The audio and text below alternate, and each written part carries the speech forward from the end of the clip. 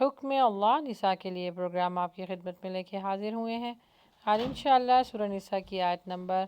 115 سے لے کے 120 تک کی ہم تفسیر دیکھیں گے اور ترجمہ سیکھیں گے اور سمجھنے کی کوشش کریں گے تاکہ عمل کرنے میں آسانی ہو۔ تو آئیے شروع کرتے ہیں۔ ترجمہ: مگر جو شخص ہدایت کے واضح ہونے کے بعد رسول کی مخالفت کرے اور اہل ایمان کی روش کو چھوڑ کر کسی اور کی روش پہ چلے، حالانکہ اس پر حق واضح ہو چکا ہو، تو اس کو ہم اس طرف چلائیں گے جدھر وہ خود پھر گیا، اور اسے جہنم میں جھونک دیں گے جو بدترین ٹھکانہ ہے۔ اس آیت میں ابھی تک اس آیت کا ذکر ہو رہا ہے جس میں اللہ کے نبی صلی اللہ علیہ وسلم کے ساتھ جو لوگ معاملہ کر رہے تھے اور ان کو غلط چیزیں دکھا کر ان سے غلط فیصلہ کروا رہے تھے۔ وہ شخص جس نے صحابی کے گھر سے غلہ چرایا اور یہودی کے گھر تک لا کے پھینک دیا، تو دیکھا جائے ایویڈنس تو یہی تھے کہ غلہ جو ہے وہ اس یہودی نے چرایا ہے۔ تو اس پر اللہ کی نبی صلی اللہ علیہ وسلم پر جو وحی نازل ہوئی، اس میں اللہ سبحانہ تعالیٰ نے واضح طور پہ بتا دیا کہ آپ کی طرف کتاب حق ہم نے اتاری ہے اور نبی اپنی طرف سے کوئی فیصلہ نہیں لے سکتے۔ اس آیت کے اندر اللہ سبحانہ تعالیٰ نے جو وحی الہی کے بنا پر نبی صلی اللہ علیہ وسلم نے اس مسلمان کے خلاف اور اس بے گناہ یہودی کے حق میں فیصلہ صادر فرمایا تھا، تو اس منافق پر جہالت کا اس قدر سخت دورہ پڑا کہ وہ مدینے سے نکل کر اسلام اور نبی صلی اللہ علیہ وسلم کے دشمنوں کے پاس مکہ چلا گیا اور کھلم کھلا مخالفت پر آمادہ ہو گیا۔ اس آیت میں اس کی اسی حرکت کی طرف اشارہ ہے۔ اس میں اللہ سبحانہ تعالیٰ فرما رہے ہیں کہ جو میرے اور میرے نبی صلی اللہ علیہ وسلم کے مخالف چلا اور اہل ایمان کے روش سے ہٹ کر اپنی روش اختیار کی اور اسی کو صحیح مان کے اس طرف چل پڑا، تو ہم اس کو وہاں پہ چھوڑ دیں گے، دھکیل دیں گے، اور وہ ٹھکانہ جو ہے جہنم کا ٹھکانہ ہے، کیونکہ جو اللہ اور اللہ کے نبی صلی اللہ علیہ وسلم کے مخالف جاتے ہیں اس کا ٹھکانہ صرف اور صرف جہنم ہوتا ہے۔ آیت نمبر 116: اللہ کے ہاں بس شرک ہی کی بخشش نہیں ہے، اس کے سوا اور سب کچھ معاف ہو سکتا ہے جسے وہ معاف کرنا چاہتا ہے۔ جس نے اللہ کے ساتھ کسی کو شریک ٹھہرایا تو وہ خود گمراہی میں بہت دور نکل گیا۔ اس کی تفسیر کچھ اس طرح، یعنی شرک سے کم کسی گناہ کو اللہ سبحانہ تعالیٰ جب چاہے توبہ کے بغیر بھی محض اپنے فضل سے معاف کر سکتا ہے، لیکن شرک کی معافی اس کے بغیر ممکن ہی نہیں کہ مشرک اپنے شرک سے سچی توبہ کر کے موت سے پہلے اسلام قبول کرے اور توحید پر زندگی گزارے۔ اچھا، یہ مضمون جو ہے پچھلی آیت نمبر 48 میں بھی گزر چکا ہے۔ اس رکوع میں اوپر کے سلسلہ کلام کو جاری رکھتے ہوئے ارشاد ہوا ہے کہ اپنی جاہلیت کے طیش میں آ کے یہ شخص جس راہ کی طرف گیا ہے وہ کیسی راہ ہے، اور صالحین کے گروہ سے الگ ہو کر جن لوگوں کا ساتھ اس نے اختیار کیا ہے وہ کیسے لوگ ہیں۔ وہ مشرک ہیں، وہ کافر ہیں، وہ اللہ کو ایک نہیں مانتے۔ تو اللہ سبحانہ تعالیٰ اس میں فرما رہے ہیں کہ جو مسلمان اگر اپنی روش کو چھوڑ کر دوسروں کی روش کو اختیار کر لیں گے اور انہوں نے اگر شرک کیا ہو، تو شرک وہ گناہ ہے جس کی معافی نہیں ہے مرنے سے پہلے اگر اس نے معافی طلب نہ کی ہو۔ باقی جتنے گناہ ہیں وہ معاف کر دیے جا سکتے ہیں۔ بڑے سے بڑا گناہ اللہ سبحانہ تعالیٰ معاف کر دے گا، لیکن شرک وہ گناہ ہے جو شرک کی حالت میں اس دنیا سے چلا گیا، اس کے لیے ہمیشہ ہمیشہ کے لیے جہنم ٹھکانہ اللہ تعالیٰ بنا دے گا۔ یہ جو آخر کی آیت میں لکھا ہے کہ وہ گمراہی میں بہت دور نکل گیا، اور بہت دور کا مطلب کیا ہے؟ جہنم میں ہمیشہ رہے گا وہ۔ آیت نمبر 117: وہ اللہ کو چھوڑ کر دیویوں کو معبود بناتے ہیں۔ دیویوں مطلب عورتوں کو۔ وہ اس باغی شیطان کو معبود بناتے ہیں جس کو اللہ نے لعنت زدہ کیا ہے۔ اس آیت میں ذرا غور کیجئے، یہ جو اپنے دیوتاؤں کو پوجتے تھے، یہ جو یہودی تھے، نصارہ تھے، جن کو اپنا معبود بناتے تھے، اور وہ معبود کون ہوتی تھی؟ عورتیں۔ یعنی کفار مکہ من گھڑت دیویوں کو پوجتے تھے، ان سب کو مؤنث سمجھتے تھے، یعنی ان سب کو عورتیں سمجھتے تھے، ان کا نام بھی رکھا تھا انہوں نے۔ لات، منات، عزا، سب کو مؤنث سمجھا جاتا تھا، نیز فرشتوں کو بھی وہ خدا کی بیٹیاں کہہ کر بلاتے تھے۔ آیت میں اشارہ یہ ہے کہ ایک طرف تو کفار مکہ عورتوں کو کم تک مخلوق سمجھتے، یعنی بالکل گری ہوئی مخلوق، کم تر، ان کو کوئی اہمیت نہیں دیتے تھے۔ جیسے جس کے گھر میں بیٹی پیدا ہوتی تھی اس کو جو زندہ درگور کر دیا کرتے تھے، مار دیا کرتے تھے۔ تو اس عورت کو تو دیکھا جائے، عورت ذات کو تو کم تر سمجھتے تھے، لیکن یہاں پر نعوذ باللہ من ذالک اللہ کے برابر کھڑا کر دیا کرتے تھے۔ یعنی دوسری طرف جن کو اللہ کے ساتھ ملاتے تھے ان کو کہتے تھے یہ ہمارے خدا ہیں، اور وہ خدا کون ہے؟ مؤنث، مطلب عورتیں۔ دوسری بات یہ کہ شیطان کو کوئی اس معنی میں تو معبود نہیں بناتا تھا کہ اس کے آگے پرستش کرے یا اس کا کوئی بت بنائے یا اس کو جو ہے وہ پوجے۔ ہاں البتہ اپنا معبود ضرور سمجھ لیا کرتے تھے کہ آدمی اپنے نفس کی باغ دوڑ جو ہے وہ شیطان کے ہاتھ میں دے دیا کرتا تھا، جدھر جدھر وہ لے جاتا تھا وہیں انسان چلتا تھا، گویا کہ یہ اس کا بندہ اور وہ اس کا خدا ہے۔ اس سے معلوم ہوا کہ کسی کے احکامات کی پیروی کرنا، اندھی تقلید کرنا، یہ بھی عبادت ہے، اور جو شخص اس طرح کی اطاعت کرتا ہے وہ در حقیقت عبادت کی، یعنی اس عبادت میں اس شخص کو شریک کر لیتا ہے اور اس کو اپنا معبود سمجھنے لگتا ہے۔ یاد رکھیں شیطان کی کبھی بھی یہ چال نہیں ہوتی ہے کہ وہ آپ کو یہ کہے کہ مجھے پوجو، مجھے مانو، میں تمہارا خدا ہوں۔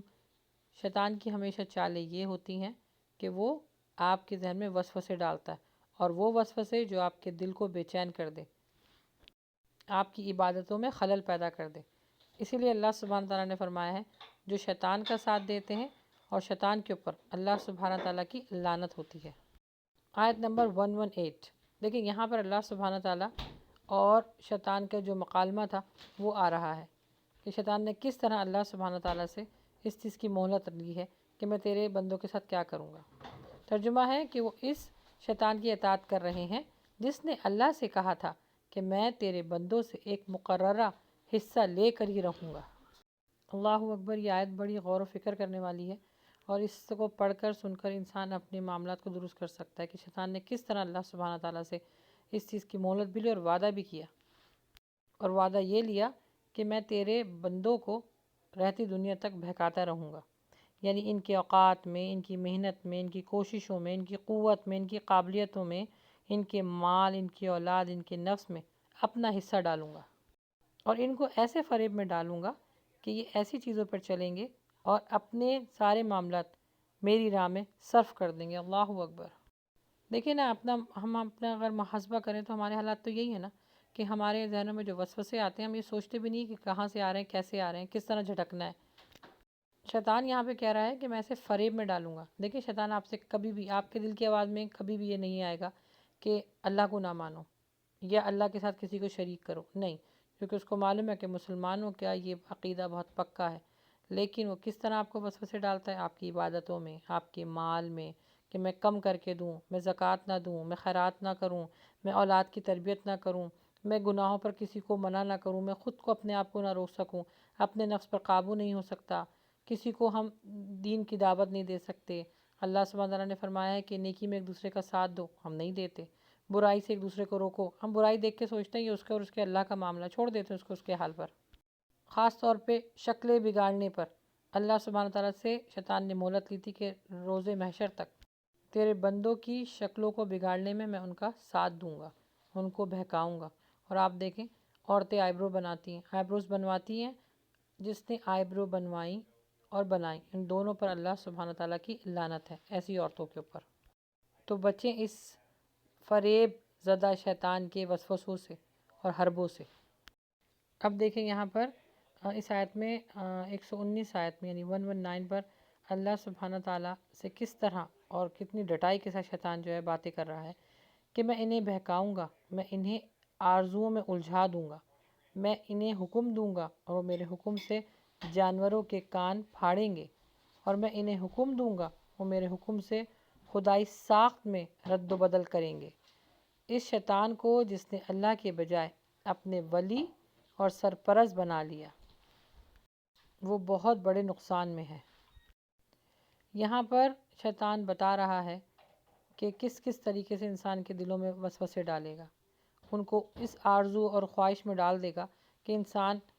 حرام کی اور حلال کی تمیز بھول جائے گا۔ اس طرح ان کو بہکائے گا کہ اللہ کا حکم چھوڑ کر، نبی صلی اللہ علیہ وسلم کی تعلیمات کو چھوڑ کر وہ صرف اور صرف اپنے دل کی سنیں گے، اور دل میں کون اس وقت ہے؟ شیطان۔ شیطان آپ کے دل سے باتیں کر رہا ہے۔ پھر آگے بتایا کہ میں حکم دوں گا خدائی ساخت میں رد و بدل کرنے کی، جیسے میں نے آپ کو پہلے بتایا کہ عورتیں جو ہیں وہ آئی بروز بنواتی ہیں، وگ لگواتی ہیں، یہ حدیث میں ہے، صحیح بخاری کی حدیث میں ایسی عورتوں کے اوپر لعنت ہے جو ٹیٹو بنواتی ہیں، جو دانتوں کے بیچ میں خلا کرواتی ہیں اور اپنی آئی بروز کو نچواتی ہیں۔ ایسے لوگوں کے لیے اللہ کی طرف سے نقصان ہی نقصان ہے، اور جن کے لیے اللہ کی طرف سے نقصان ہے تو یاد رکھیں اس کی زندگی اور آخرت دونوں ہی جہنم ہے۔ آیت نمبر 120، وہ ان لوگوں سے وعدہ کرتا ہے اور انہیں امید دلاتا ہے، مگر شیطان کے سارے وعدے سراسر فریب کے ساتھ اور کچھ نہیں ہیں۔ اس آیت میں اللہ سبحانہ تعالیٰ فرما رہے ہیں شیطان کا سارا کاروبار ہی وعدوں اور امیدوں کے بل پر چلتا ہے، اور وہ انسان کو انفرادی طور پر یا اجتماعی طور پر جب کسی غلط راستے کی طرف لے جانا چاہتا ہے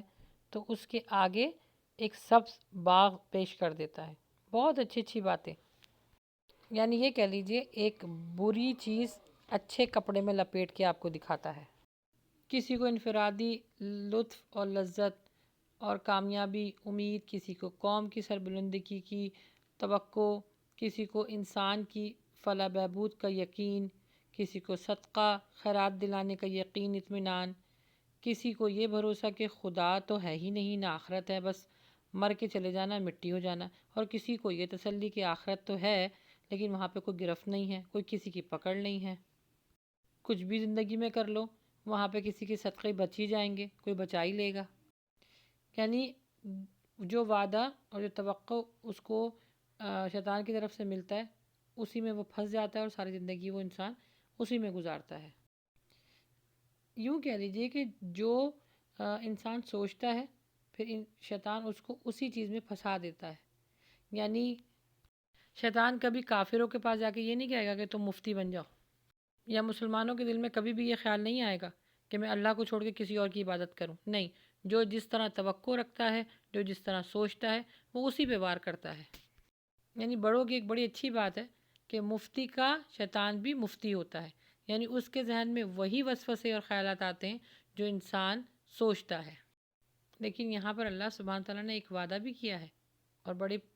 پراؤڈلی طریقے سے کہا ہے کہ جو میرے بندے ہوں گے وہ میری تعلیمات پر اور میرے احکامات پر چلیں گے۔ تو بس دعا یہی ہے کہ اللہ سبحانہ و تعالیٰ